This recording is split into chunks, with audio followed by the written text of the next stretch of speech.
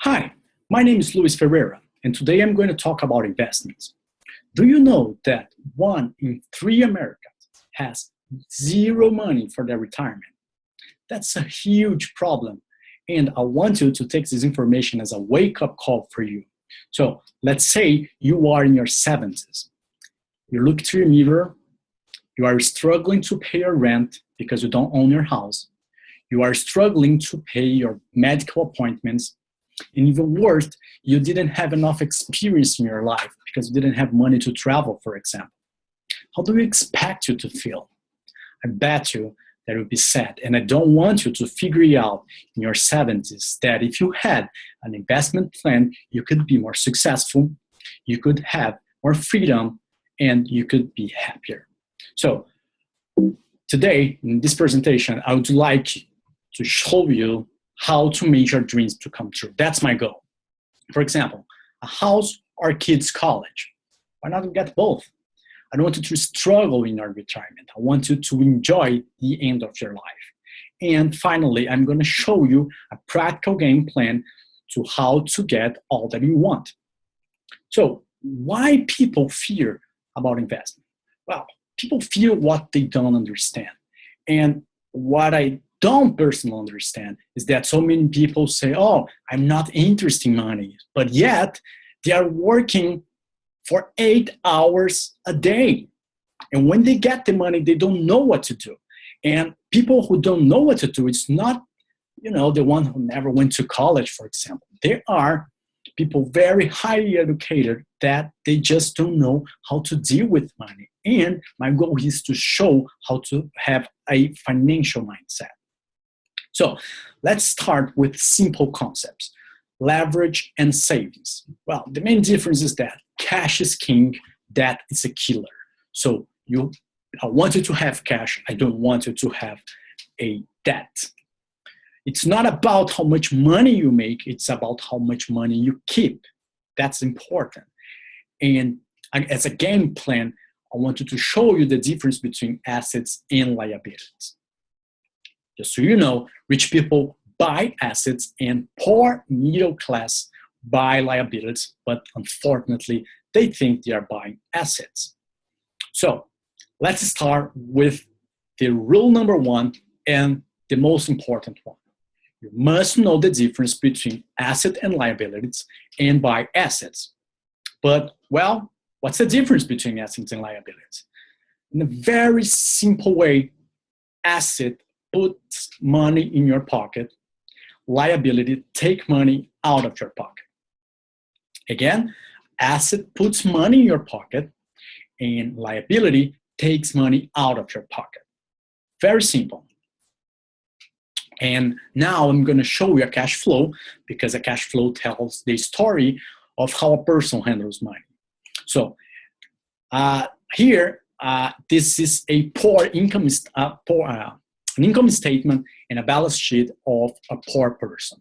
So they get a job, they get their salary, and then they just pay the bills. They pay for rent, for food, for transportation, for clothes, and at the end, they had nothing.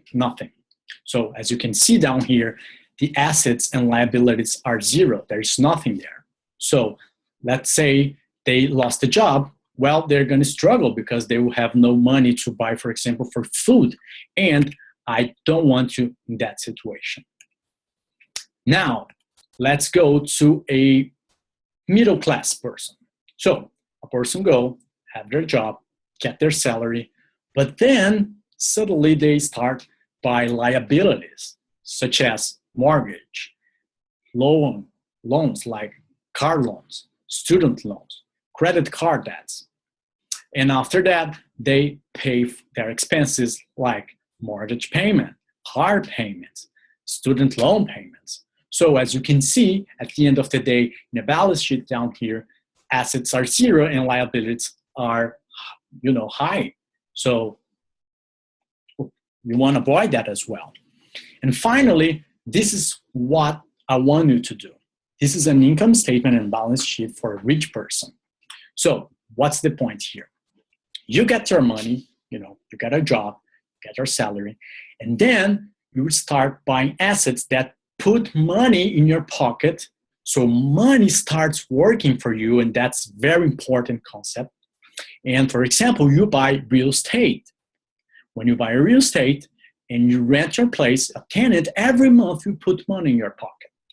When you buy a stock, for example, every month or quarter, you're going to receive dividends, money coming in your pocket. Or you can buy bonds, notes, everything that has a positive cash flow. That's what I wanted to have. After that, you have enough money to pay for your bills. That's exactly what I wanted to do. Very simple. So now, just summarizing what we learned until here. Rich people buy assets, poor only have expenses, middle class buy liabilities, but they think they're assets. So, for a poor financial statement, take a look. Liabilities are huge, assets are little, and income and expenses are very similar. So it's hard to buy more liabilities. So that's why they're always poor. On the other hand, a rich financial statement, you have a huge assets that are, you're making money, a little liability, and as a result, your income is much higher than your expenses. And let me give you a very real example to show you the difference between an asset and liability. For example, for the rich people, a home is a liability. How come? Well, easy. Just get back to our concept. A home, when you're living there and paying your mortgage, for example, it is taking money out of your pocket. But for poor people, they say, well, this is my asset. I can sell, I can make money. But no, it's taking money out of your pocket. So you're not making money. When you buy a real estate and you rent that, that's become an asset. Can you see the difference? That's very important. So why the rich get richer? Very simple. Have more assets. Assets will generate more income each year by year. The expenses are, the same. The liabilities, I never buy liabilities, and that's why I get richer.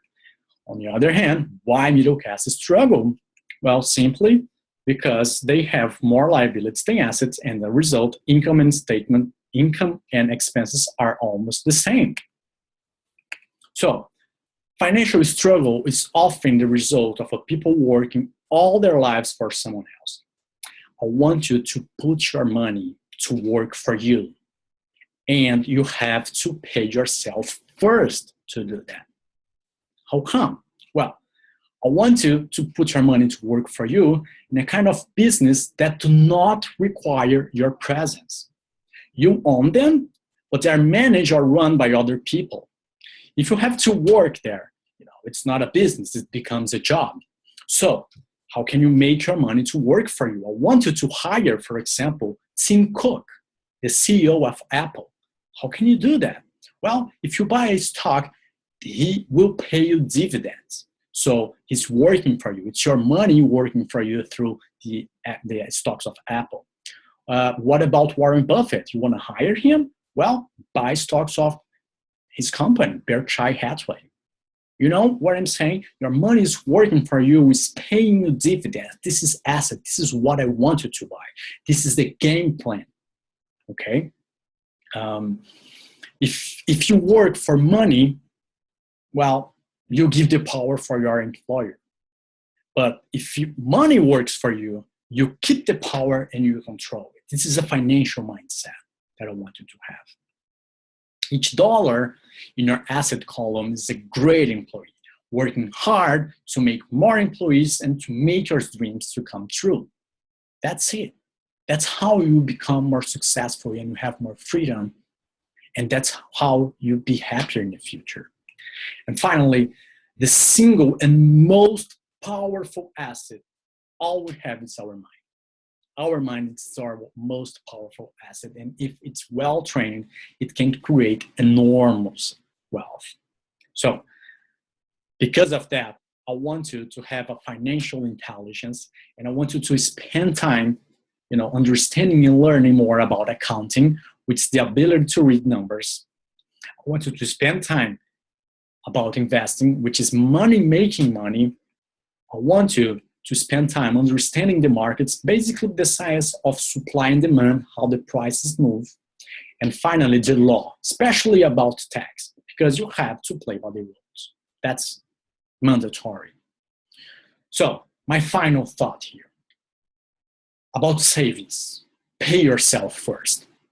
Pay yourself first. That's very important. This is how you're gonna get financially stronger. It's the income statement and balance sheet that I want you to have.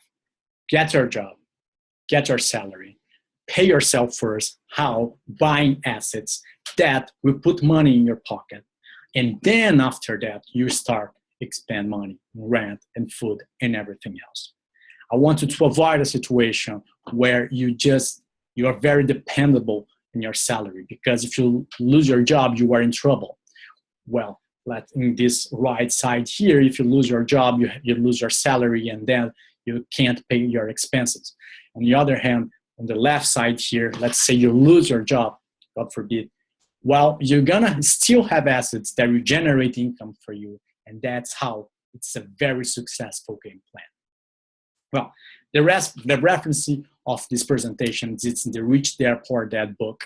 As I said, our mind is the most powerful tool that we have. And I want you to learn a bit more about it, so you can get this book, for example, and read. There are several nice and easy examples, and I'm sure at the end, you're gonna have a very successful financial life. Thank you for watching. I really appreciate it. I hope you enjoy it. Bye-bye.